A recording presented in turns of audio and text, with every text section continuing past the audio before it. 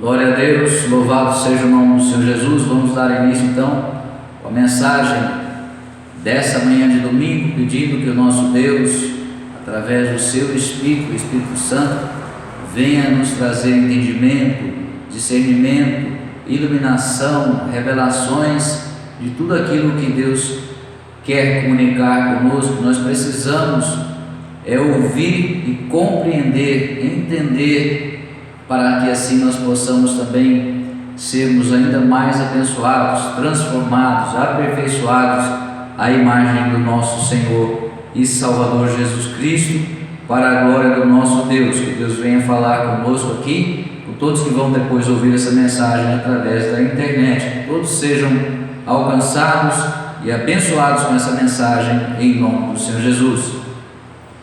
Vamos iniciar lendo em Romanos, carta de Paulo aos Romanos, no capítulo 3, versos de número 10 a 12, nos declara assim o nosso Deus na sua palavra: como está escrito, não há nenhum justo, nem ao menos um. Não há uma só pessoa que entenda, ninguém que de fato busque a Deus. Todos se desviaram, tornaram-se juntamente inúteis. Não há ninguém que pratique o bem, não existe uma só pessoa. Misericórdia, né? Louvado seja o nome do Senhor Jesus. Essa é a condição do homem sem Deus, do homem sem o Senhor Jesus Cristo.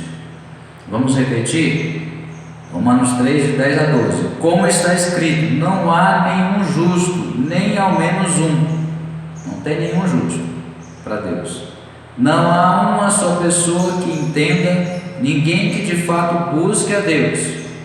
Buscar a Deus de verdade, a face de Deus, a pessoa de Deus, se interesse por Deus. Todos se desviaram, tornaram-se juntamente inúteis.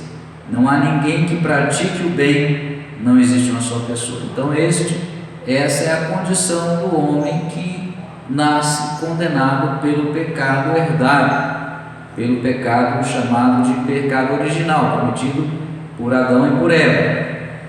Contaminou pelo sangue toda a descendência. Houve então uma punição da transgressão da ordem de Deus, dada ali a Adão e a Eva, e essa punição, que é chamada de maldição, ela recaiu sobre toda a humanidade, até mesmo sobre a terra, os animais. Toda a criação foi comprometida por causa do pecado. Mas Deus, na sua misericórdia, no seu amor, na sua bondade, na sua graça, Ele ofereceu ao homem, a todos nós, um plano redentor, uma oportunidade de nós revertermos essa condenação, de ter essa condenação revertida, não nós mesmos, mas o próprio Deus reverter através da justificação. Essa justificação é o tema da nossa mensagem de hoje. Nós já tratamos desse tema em outra oportunidade, mas devido à importância de nós compreendermos bem a justificação, o que ela representa, em que ela consiste, nós vamos hoje tratar novamente desse tema.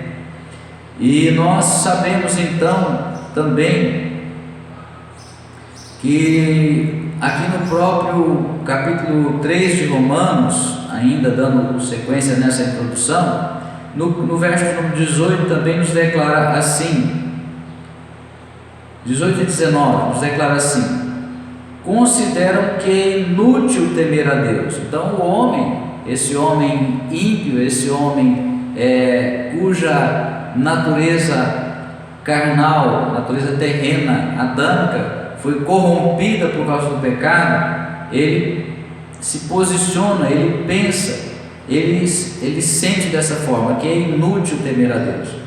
Não faz sentido temer a Deus, não vai resolver temer a Deus. Por quê? Porque ele não conhece a Deus. Deus para ele é uma pessoa distante.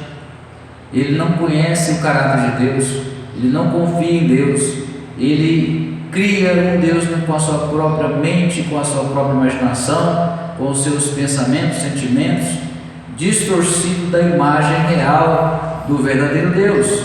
E aí ele pensa isso, que é inútil temer a Deus. Veja o 19: ora, sabemos que tudo o que a lei diz, o diz aos que estão sob o domínio da lei, para que toda a boca se cale e todo mundo fique sujeito ao juízo de Deus. Vamos repetir o 19: ora, sabemos que tudo o que a lei diz, o diz aos que estão sob o domínio da lei. Então, a lei, ela se aplica a todos nós, mas no que ela acusa e condena, ela acusa e condena aqueles que estão sob o domínio da lei, para que toda a boca se cale e todo mundo fique sujeito ao juízo de Deus. Então nós todos vamos ser julgados de acordo com a lei. A lei de Deus não foi revogada. O próprio Senhor Jesus falou que ele não veio revogar, anular a lei, mas ele veio cumprir. Ele é o cumprimento da lei. Por isso que é importante nós entendermos a justificação. Se nós pensarmos que não há saída para nós, ou que por outro lado Deus aboliu a lei, que ele não vai mais acusar ninguém, porque agora nós não estamos vivendo mais o tempo da lei, como se diz por aí, que agora nós vivemos o tempo da graça, então não tem mais condenação para ninguém, porque agora não tem mais lei. Se Deus é justo, em que ele vai se basear para acusar e, achando a pessoa em falta, condenar? Por exemplo, na lei dos homens existem as leis, os códigos de leis de natureza civil, criminal e outras naturezas. As pessoas só podem ser condenadas se pretende exercer realmente justiça, se ela for culpada de transgredir algum item da lei, algum mandamento da lei, algum artigo da lei, como nós denominamos aqui, por exemplo, no Brasil. Cada lei tem os seus artigos, seus parágrafos, enfim. E aí a pessoa, se ela for acusada, por exemplo, de algo que a lei não pune, por exemplo, não existe lei para punir pensamentos. Então, como que a lei humana pode condenar alguém pelos seus pensamentos? Não, mas você pensa assim, assim, assim, assado. Você agora está condenado por causa dos seus pensamentos. Não tem como. Não existe lei, porque não existe como também se provar os pensamentos de ninguém. Agora, para Deus é diferente. Deus conhece os nossos pensamentos. Ele pode, inclusive, nos punir por causa de pensamentos nossos, que sejam contrários à lei dele, a lei que ele estabeleceu. Um juiz, para ser justo, ele tem que se ater à lei, ao que está na lei, aos artigos da lei, ao que a lei diz, e estritamente o que ela diz. Deus é o único justo juiz, é o justo juiz verdadeiramente, porque é o único perfeito, é o único ser perfeito, o Criador de todas as coisas. O homem é falho e imperfeito. Por mais que possa ter uma lei boa, ela não é absolutamente 100% justa. E a aplicação, na hora de aplicar a lei também, existem muitas falhas, como nós temos visto acontecer, por exemplo, no judiciário brasileiro, e mais recentemente o que tem acontecido lá no STF, nosso Supremo Tribunal Federal. Misericórdia. Mas aqui no verso 19 que nós lemos, declara na sua parte final que toda boca se cale, para que toda boca se cale e todo mundo fique sujeito ao juízo de Deus. Então esse é o propósito da lei, é dar para Deus uma condição tal de saber a quem ele deve punir ou não, em que a pessoa está condenada ou não.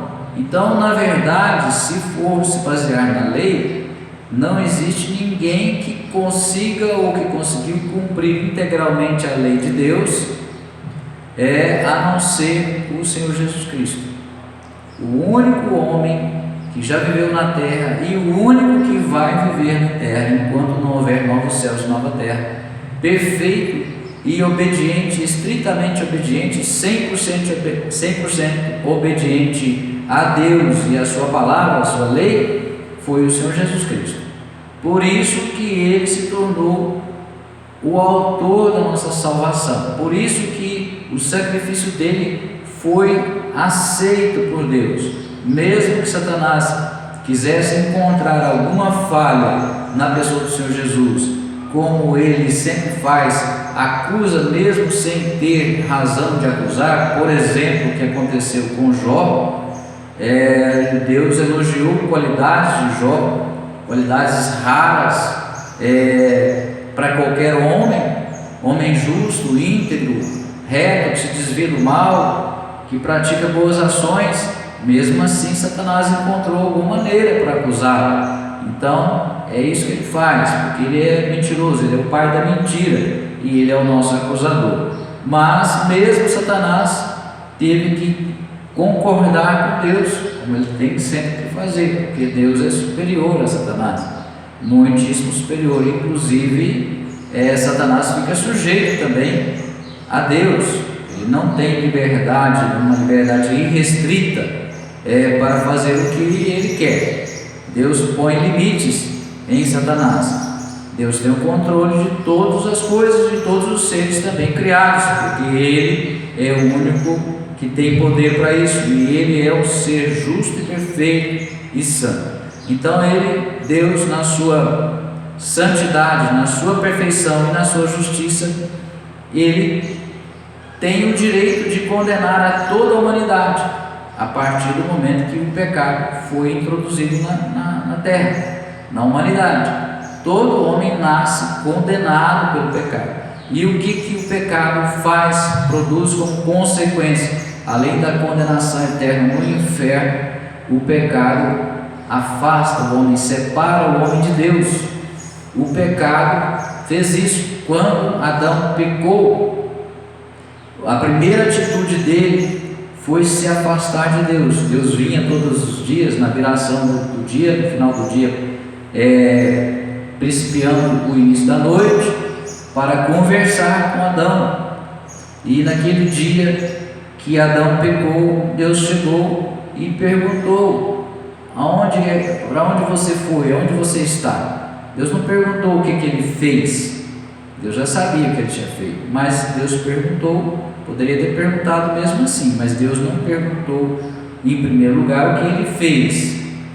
Deus perguntou: aonde você está? Ou seja, o que o pecado, mostrando para Adão o que o pecado produziu. A primeira consequência: afastou Adão de Deus e Deus de Adão.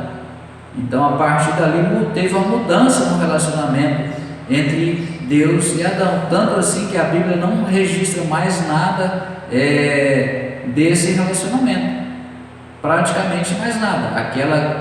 Aquela intimidade que tinha entre Adão e Deus, quando ele vinha todos os dias e falava com Adão face a face, cessou ali, por causa do pecado. Então, essa é a pior consequência, separar o homem de Deus. Porque se o homem está separado de Deus, além dele já estar condenado à morte eterna, a segunda morte, que é a morte do Espírito, ele não pode receber nada de Deus. Ele não recebe o que é próprio de Deus, aquilo que Deus tem prazer em compartilhar conosco, da sua pessoa, a sua natureza. Deus tem prazer em comunicar conosco qualidades que lhe são próprias da sua divindade. Veja, o homem foi criado para ser semelhante a Deus. Então, se Deus é divino, o homem também tem um nível de divindade, ou deveria ter. Perdeu, teve um rebaixamento, uma queda, rebaixou essa condição do homem. Agora, depois que o homem é reconciliado com Deus através da justificação, aí nós recebemos um novo Espírito, vem para nós, Deus nos concede milagrosamente, misteriosamente, um novo espírito. É como se nós nascêssemos de novo. O próprio Senhor Jesus falou isso para Nicodemos: é necessário nascer de novo, mas não é nascer da carne, é nascer do espírito. Há um novo nascimento. Esse novo espírito ele se liga em Deus, porque o pecado original ele é removido a partir do momento que nós somos justificados em Cristo e nós temos acesso a Deus. O exemplo que a Bíblia nos traz é mais claro do que aconteceu quando Jesus morreu, foi o véu do templo ter se rasgado de alto a baixo. O véu era uma cortina grossa, pesada, alta, que separava o templo, o lugar, o santo lugar do santíssimo lugar. Era o local mais santo, mais no interior do próprio templo, onde ficava inclusive a arca da aliança. E ali a arca ela representava a presença de Deus, de acordo com o que o próprio Deus instruiu, transferindo essas instruções para Moisés, que ele cumpriu. Então, somente o sumo sacerdote poderia entrar naquele local uma vez por ano, para entregar a Deus as ofertas, os pedidos, através do incenso, que estava representando ali os pedidos e as ofertas daqueles que estavam presentes, que compareciam uma vez por ano para a expiação dos seus pecados. Então havia necessidade de um intermediário, que era o sacerdote, o sumo sacerdote, para entrar naquele local onde Deus estava, representado pela arca. Quando Jesus morreu, a cortina se rompeu de alto a baixo, não por mãos humanas, mas de forma espiritual, mistério também de Deus, uma ação de Deus, ali que rompeu aquela cortina, simbolizando que agora nós temos acesso a Deus. Onde está Deus? Eu agora não tenho nada me separando. Não há uma separação entre mim e Deus, não há separação entre você e Deus, por causa do sacrifício do Senhor Jesus. É esse sacrifício que nos justifica. Ele é o nosso justificador. Amém? Louvado seja o nome do Senhor Jesus. E agora então, nós já não somos mais, aqueles que estão em Cristo já não estão mais condenados. Naturalmente, antes que a pessoa seja justificada por Deus, a Bíblia, como nós lemos agora em Romanos 3,10, o próprio Deus declara que não há um justo sequer. Então ninguém é justo para Deus. Por quê? Porque todo homem transgride a lei de Deus em algum mandamento. Por exemplo, que nós não devemos cobiçar qualquer coisa. Cobiçar é desejar, querer alguma coisa que não te pertence. Pode ser a mulher do próximo e pode ser uma coisa material. Queria ter a casa que o fulano tem, o emprego que o fulano, a beleza da ciclana, enfim, isso é cobiçar. Então, quem é que não cobiça? Então, todos nós falhamos em algum momento, por algum pecado. Nós não somos capazes de cumprir integralmente a lei de Deus. Então, se nós dependermos da nossa salvação, nós atribuirmos a cumprir a lei de Deus, nós já estamos condenados. Não seríamos capazes de cumprir, não somos capazes de cumprir. Então, significa que ninguém é naturalmente, no seu natural, justo segundo a lei de Deus. Por causa disso mesmo, porque todos pecaram e todos perderam a glória de Deus. A perfeição que o homem tinha, espelhando a glória de Deus, espelhando a semelhança de Deus, foi perdida. E agora nós estamos destituídos dessa glória, separados por Deus. O homem, quando ele se aproxima de Deus, ele tem uma intimidade com Deus, ele começa a receber a glória de Deus. Ou seja, são as qualidades, os atributos de Deus que vêm até nós. Por exemplo, isso aconteceu de uma forma muito ilustrativa com Moisés. Quando Moisés estava ali no alto do monte, jejuando e orando e conversando com Deus, ele descia de lá. Quando ele descia, o rosto dele todo era iluminado. E tanto assim que depois essa luz ia esvaecendo, ia se desfazendo, ia diminuindo até que acabava. E aí ele cobria o rosto com um véu, para as pessoas não perceberem que aquela situação, que era transitória. Então, nós perdemos a glória de Deus. Agora, a justificação, então, o que vem a ser? É o ato de sermos declarados justos, não por mérito próprio, não por obras, por mérito próprio, qualquer coisa que nós façamos, mas é um dom de Deus, é um dom gratuito de Deus, que nos concede de graça, através da fé na pessoa do Senhor Jesus Cristo. Então, nós, se tivermos fé nessa obra redentora, que foi cumprida na pessoa do Senhor Jesus Cristo, nós somos justificados. E o que representa para nós a justificação? Representa que agora nós não mais seremos condenados por causa de pecados. O pecado original, ele é a consequência do pecado original, começa aí. No momento que nós somos justificados, no momento que nós reconhecemos que precisamos de um Salvador, reconhecemos que somos falhos, que nós somos pecadores e que o Senhor Jesus Cristo é a pessoa do nosso Salvador, é o nosso Senhor e o nosso Salvador, que nós só teremos acesso a Deus, seremos reconciliados com Deus somente através da pessoa do Senhor Jesus. Nesse momento, a consequência do pecado original já é anulada. Nós já não estamos mais condenados à segunda morte, a morte eterna no inferno. Então, esse é o primeiro efeito, a primeira consequência da justificação. Depois, nós recebemos outras consequências benéficas a nós.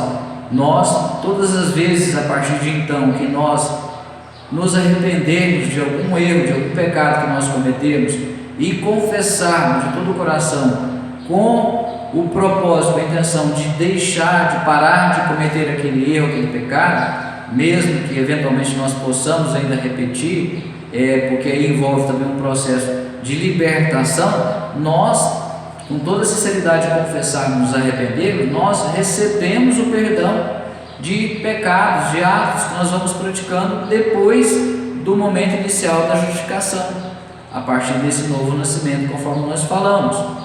E aí nós somos reconciliados com Deus.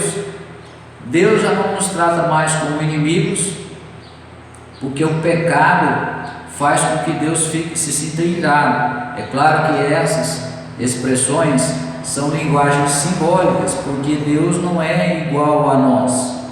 Mas nós, para compreendermos muitas vezes a pessoa de Deus, as atitudes de Deus, as vontades e os pensamentos de Deus, precisamos recorrer àquilo que é por nós conhecido. Então, o que nós conhecemos é a nossa própria natureza, mas isso é insuficiente para explicar a pessoa de Deus. Nós precisamos do Espírito dele, do Espírito Santo, para compreender, porque Deus é Espírito e ele se faz conhecido através daqueles que se tornam espirituais. Quem é espiritual discerne as coisas de Deus. Quem é um homem natural, não compreende a Deus, como nós falávamos no início.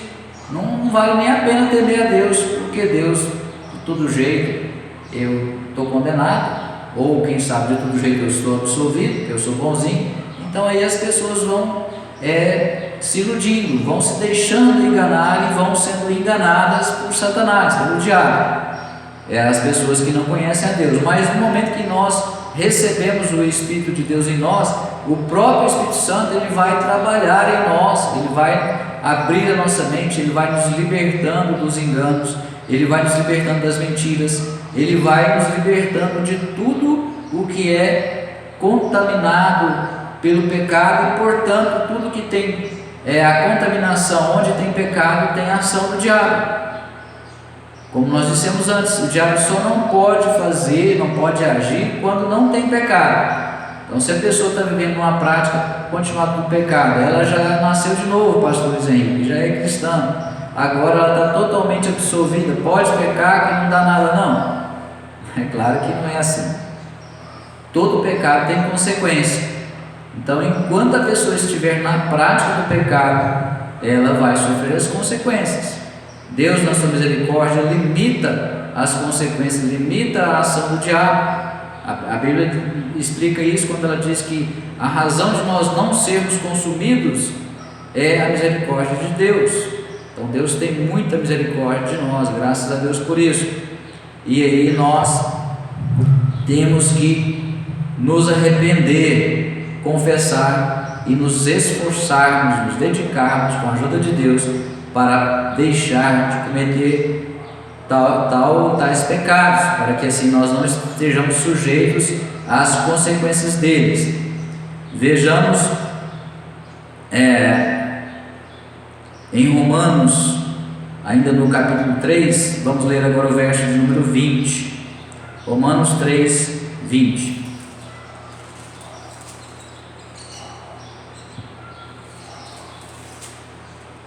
Portanto, ninguém será declarado justo diante dele, confiando na obediência à lei, pois é precisamente por meio da lei que chegamos à irrefutável conclusão de que somos todos pecadores.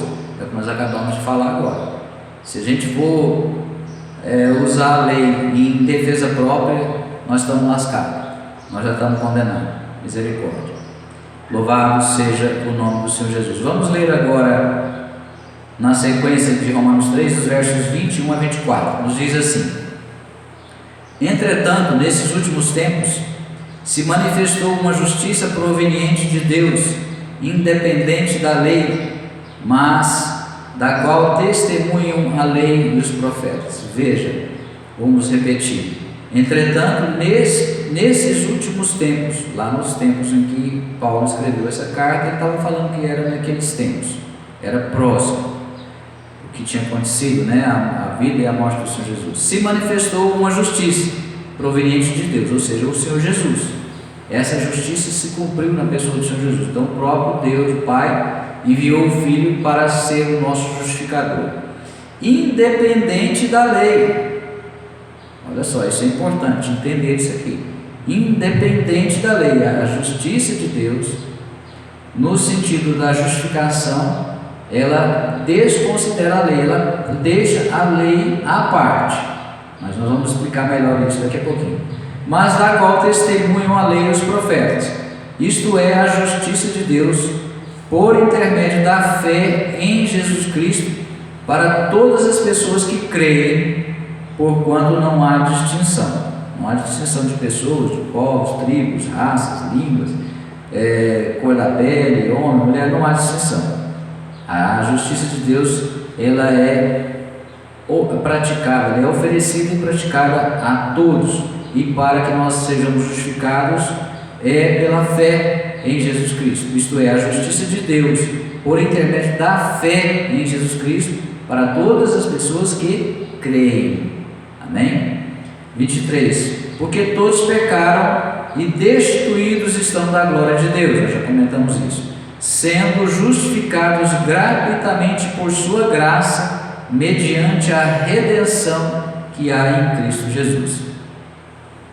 Então aqui a parte final fala da justificação, sendo justificados gratuitamente por sua graça, ou seja, eu não faço nada por merecer essa justificação, é de graça que me é oferecida, que é oferecida a você e a nós, mediante a redenção que há em Cristo Jesus.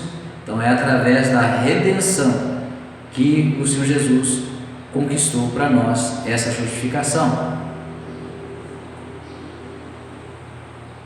Glória a Deus, louvado seja o nome do Senhor Jesus. 25 e 26 agora. Deus o ofereceu como sacrifício para propiciação por meio da fé, pelo seu sangue, proclamando a evidência da sua justiça. Por sua misericórdia havia deixado impunes os pecados anteriormente cometidos, mas no presente, naquele tempo, demonstrou a sua justiça, a fim de ser justo e justificador daquele que deposita toda a sua fé em Jesus. Então, através do sangue, o pecado corrompeu a humanidade, e através do sangue do Senhor Jesus Cristo, o pecado é retirado de nós. A condenação decorrente do pecado é anulada. Em Oashliai, Deus declara em nosso favor. Deus fez isso. Louvado seja o nome do Senhor Jesus. Então, Ele que condenou o homem e toda a descendência de Adão e Eva foram condenados por causa daquela desobediência, Ele também oferece a redenção, a remissão e, consequentemente, a justificação, e, como consequência da justificação, a salvação através do Senhor Jesus Cristo, através do sacrifício da vida e do sangue do Senhor Jesus Cristo, que foram oferecidos por amor a nós. 28 e 31. Concluindo, portanto, que o ser humano é justificado pela fé, independentemente da obediência à lei. Isso nós já explicamos. Então, basta que nós tenhamos fé na pessoa do Senhor Jesus para sermos justificados. Agora, depois da justificação, nós temos que obedecer, porque senão estaremos pecando, e todo pecado traz consequência, como já falamos. 31. Anulamos, pois, a lei por causa da fé? Está perguntando. Anulamos, pois, a lei por causa da fé, ou seja, agora porque eu estou justificado em Cristo, eu tenho fé e eu sou justificado, a lei vai ser anulada? Ele responde: de modo algum. Ao contrário, confirmamos a lei. Como nós falamos no início, a lei não foi revogada, a lei foi cumprida através do Senhor Jesus Cristo. Aquilo que nós não tínhamos condições de cumprir, Jesus veio e cumpriu no nosso lugar. Amém? Louvado seja o nome do Senhor Jesus.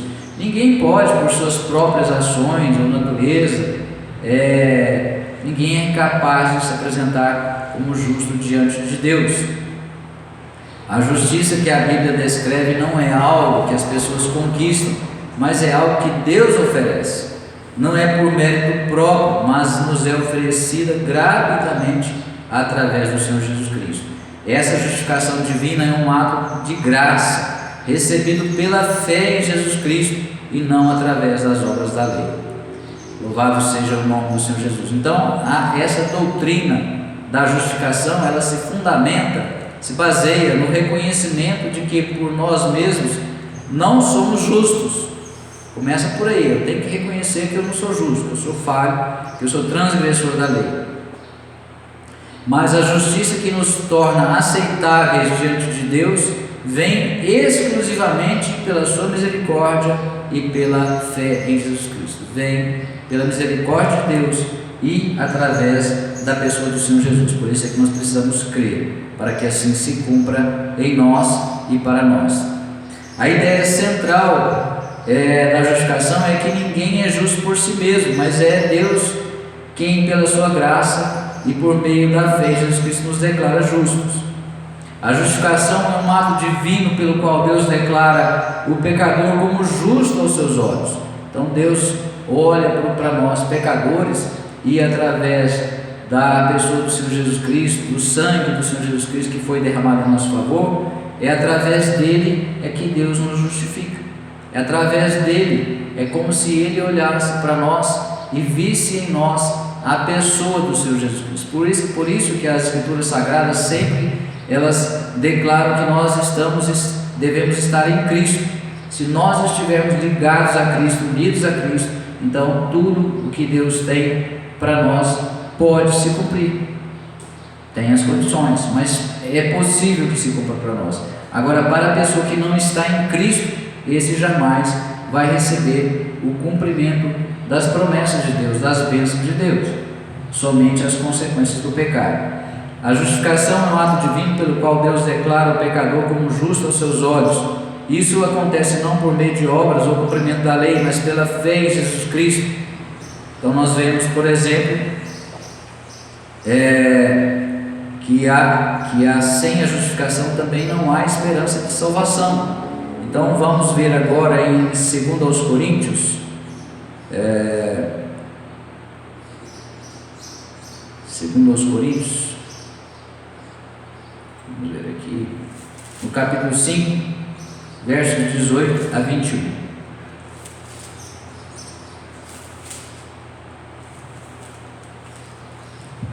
Para esclarecer mais, para complementar mais as ideias, ou a ideia central daquilo que nós estamos expondo no dia de hoje, sobre a justificação.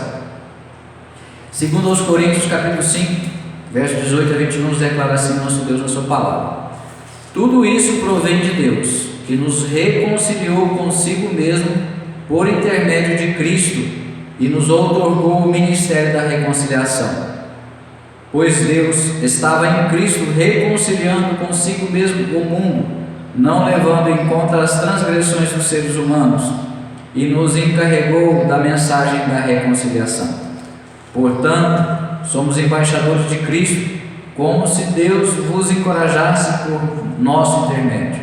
Assim vos suplicamos, em nome de Cristo, que vos reconcilieis com Deus. Deus fez daquele que não tinha pecado algum a oferta por todos os nossos pecados, a fim de que nele nos tornássemos justiça de Deus. Vamos repetir o verso 21. Deus fez daquele que não tinha pecado algum. Quem que é esse? O Senhor Jesus. Deus fez daquele que não tinha pecado algum a oferta por todos os nossos pecados. É o preço que foi pago pela condenação que nos estava imposta. Foi a vida, o sacrifício com a vida e com o sangue do Senhor Jesus.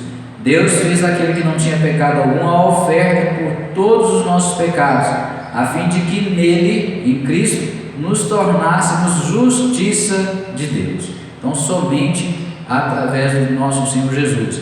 Ele veio como se fosse o nosso fiador. Nós tínhamos uma dívida, uma condenação eterna. Essa inscrição de dívida, essa cédula de dívida não poderia ser resgatada, não poderia ser paga por ninguém, nem por nós, nem por ninguém. A única pessoa que teve condições de pagar por nós essa dívida foi o nosso fiador, o nosso Senhor Jesus Cristo, como nosso representante, como nosso substituto legal, ao ocupar o nosso lugar na condenação. Deus é sempre legalista. Deus nunca vai agir, fazer ou deixar de fazer qualquer coisa fora da lei dele, distorcendo a lei, descumprindo a lei, ou ignorando a lei. Não, Deus faz tudo de acordo com Ele mesmo. Ele mesmo é o justo por excelência, e Ele deixou registrado isso para nós o conhecermos, para nós sabermos quem é a pessoa dele, como é o caráter dele, o que Ele aprova, o que Ele agrada, o que Ele reprova, o que o desagrada, e o que nos aproxima mais dele, ou o que nos afasta mais dele. Então Deus deixou tudo preparado para nós, pronto para nós. Não tem porquê o homem, especialmente o cristão, alegar que é impossível agradar a Deus, ou que é impossível obedecer a Deus. Não é impossível. Se fosse impossível, Ele não teria requerido isso de nós, porque senão Deus estaria se contradizendo. Ele não seria perfeito, Ele não seria justo, Ele não seria fiel, Ele não seria honesto, Ele não seria justo. Então, Deus requer isso de nós, que nós nos tornemos semelhantes à pessoa do seu Filho, do nosso Senhor Jesus. Mas como é possível isso, pastor Luiz Henrique? É o processo, através do processo da santificação. Nós somos justificados. A justificação, ela nos assegura o direito à salvação, mas esse direito é um direito, não é uma obrigação de Deus para conosco. É um direito, e eu, para ter acesso a esse direito, eu tenho que cumprir os requisitos que o próprio lei estabeleceu. Um deles é perseverar até o fim. Aqueles que perseverarem na obediência, no propósito de agradar a Deus, de obedecer a Deus até o fim, serão salvos. Amém? Louvado seja o nome do Senhor Jesus Cristo. E ainda em 2 Coríntios, no capítulo 5 mesmo, o verso número 10 nos declara assim: porquanto todos nós deveremos comparecer diante do tribunal de Cristo, a fim de que cada um receba o que merece em retribuição pelas obras praticadas por meio do corpo, quer seja o bem, quer seja o mal. Então, na verdade, nós vamos comparecer diante do tribunal. Agora, existirão aqueles que chegarão diante do Senhor Jesus, porque o Senhor Jesus hoje está exercendo o papel de nosso advogado, está intercedendo por nós, intermediando as nossas orações diante do Pai. Mas depois ele se sentará como juiz no trono para julgar a todos. Todos os homens confessarão que Ele é o Senhor, todos, até Satanás vai ter que confessar que Jesus é o Senhor. Isso está lá, se não me engano, em Apocalipse. Mas nós que vamos chegar diante dele salvos, nós vamos comparecer também para sermos julgados pelas nossas obras, isso para receber galardão, não para condenação. Agora, os que forem condenados, eles vão ouvir a sentença, a acusação que será feita, mostrada, porque tudo que nós estamos fazendo é registrado. Nós não sabemos como que é isso, esse registro. Se é um filme que vai ser mostrado, a gente não sabe, porque a Bíblia não esclarece, mas tudo está provado. Se a pessoa lá, ela está condenada, ela fala, não, mas eu não fiz isso não, aí vai ser mostrado para ela aqui, ó, tal dia, tal hora, você fez, está tudo registrado aqui, né? Então não tem como a pessoa ela se eximir da culpa. A única maneira de nós não sermos condenados pelas nossas culpas, decorrendo dos nossos erros, dos nossos pecados, é através do arrependimento, através da confissão, é através da justificação, através da pessoa do Senhor Jesus Cristo. Louvado seja o nome do Senhor Jesus Cristo. Então, nós temos que saber dessas coisas, temos que ter consciência dessas coisas como coisas reais. Tudo aquilo que está na Bíblia é real, é verdadeiro e vai se cumprir. Muitas coisas já se cumpriram, algumas estão se cumprindo hoje e muitas cumprirão no futuro. Então nós temos que ter conhecimento dessas verdades e não ficarmos imaginando, fantasiando que será assim, que será assado. Não, é a verdade que tem que ser dita, que tem que ser vivida, para que assim ninguém seja surpreendido depois. Misericórdia. A consciência dessa realidade bíblica deve motivar os crentes a viverem uma vida justa e cheia de propósito, sabendo que um dia prestarão contas de suas vidas a Cristo. É um convite ao arrependimento, a buscar a Deus enquanto há tempo, pois o tempo oportuno para a salvação é hoje. Nós temos que garantir esse direito de salvação que nos foi oferecido de graça pelo sacrifício do Senhor Jesus, que é a justificação que falamos, todo dia eu tenho que garantir o meu direito, porque senão eu posso correr o risco de perdê-lo. Veja lá a parábola das virgens: 10 estavam prudentes, estavam vigilantes, estavam preparadas, e 10 displicentes, 10 negligentes, 5 despreparadas, 5 prudentes e 5 displicentes. O que aconteceu? As 5 estavam prudentes, estavam vigilantes, estavam atentas, estavam preparadas, entraram para o gozo do seu Senhor, entraram para a salvação, e as outras 5 ficaram de fora. Misericórdia. Então nós precisamos estar atentos e preparados, assegurando a nossa salvação através do Senhor Jesus, e para que assim nós tenhamos realmente acesso a Deus. Louvado seja o nome do Senhor Jesus. Veja em Romanos, agora finalizando, primeiro nós vamos ler 2 Coríntios. 2 Coríntios nós já lemos agora, 2 Coríntios 5 e 10, né? Capítulo 5, verso 10. Vamos ler agora em Romanos, capítulo 14, verso 10. Mas tu, porém, que julgas teu irmão, ou tu igualmente, por que desprezas teu irmão? Pois todos compareceremos diante do tribunal de Deus. Mas tu, porém, julgas teu irmão, ou tu igualmente, por que desprezas teu irmão? Pois todos compareceremos diante do tribunal de Cristo. Então, ao invés de nós ficarmos julgando os outros, nós temos que julgar a nós mesmos, examinar a nós mesmos e pedir que o próprio Deus, o Espírito Santo, nos examine, nos sonde e nos julgue, nos mostre, nos aponte os nossos erros, para que nós possamos é fazer o possível e o impossível, porque impossível Deus faz, mas no sentido de todo o esforço que nós pudermos fazer para ficarmos livres dos pecados, para sermos perdoados e para pararmos de pecar. A santificação tem que ser essa vontade, é uma vontade que tem que ser forte. Não basta a pessoa, não, eu estou com vontade, não, mas agora já passou a vontade. Não, nós temos que entender que nós estamos em risco. Se nós não é vivermos amedrontados, mas termos a consciência de que a nossa salvação, ela é um direito, mas que pode ser perdido a qualquer momento. Por isso que a Bíblia diz que nós temos que vigiar e orar. Quem está em pé, vigie para que não caia. Vigiar e orar, vigiar e orar. Por quê? É isso, porque nós podemos perder o direito. E se não perdermos o direito, mesmo assim teremos consequências dos nossos pecados. Misericórdia. E tem consequências que são sérias, e tem consequências que são definitivas. Algumas consequências que ocorrem por causa de pecados que elas não são revertidas. Não é que o pecado que a pessoa se arrepende e não vai ter perdão. Ela tem o perdão, mas ainda assim algumas consequências elas permanecem fazendo efeito enquanto nós vivemos aqui na terra. Depois, quando nós entrarmos no céu, aí não, aí tudo será diferente, mas aqui na terra muitas coisas ocorrem dessa maneira, pela própria justiça e autonomia e decisão de Deus. Amém?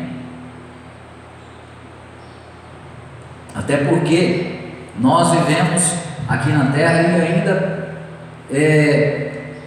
temos a natureza terrena em nós, essa tendência para fazer somente o que agrada a si mesmo, o egoísmo, o orgulho, a maldade, a injustiça, tudo isso é decorrência da contaminação da natureza humana pelo pecado. Perfeição somente no céu.